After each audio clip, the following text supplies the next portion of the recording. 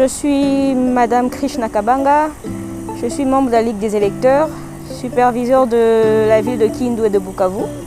La Ligue des électeurs est une organisation non gouvernementale créée le 30 avril 1990. Nous évoluons dans la culture électorale, la défense des droits de l'homme ainsi que la culture de la démocratie.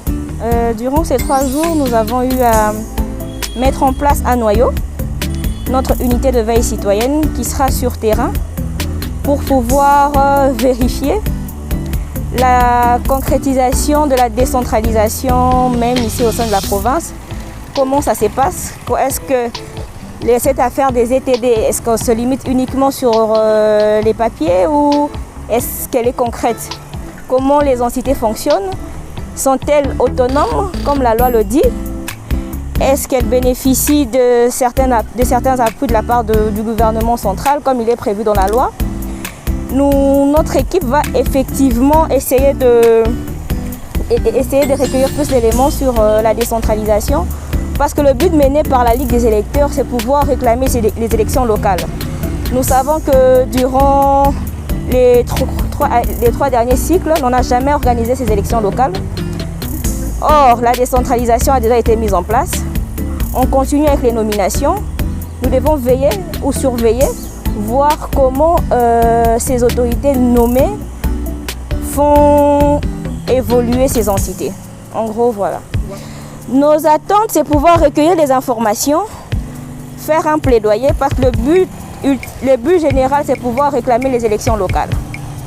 Or, on a eu à plusieurs raisons qui ont été données du fait que ces élections ne sont pas organisées. Nous descendons sur terrain pour voir comment ces autorités nommées fonctionnent.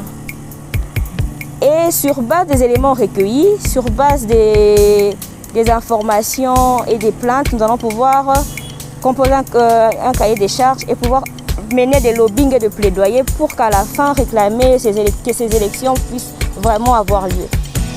Les équipes vont se déployer sur terrain dans les 3 communes de Kindu même, ainsi que les 2 territoires proches de la ville.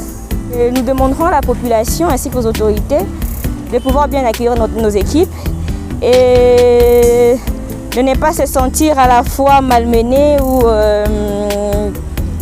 nous ne faisons pas la chasse aux sorcières malheureusement. Nous essayons juste de recueillir les informations importantes et pouvoir aider à la fois les autorités et la population ensemble à faire évoluer les entités. Donc voilà. Merci.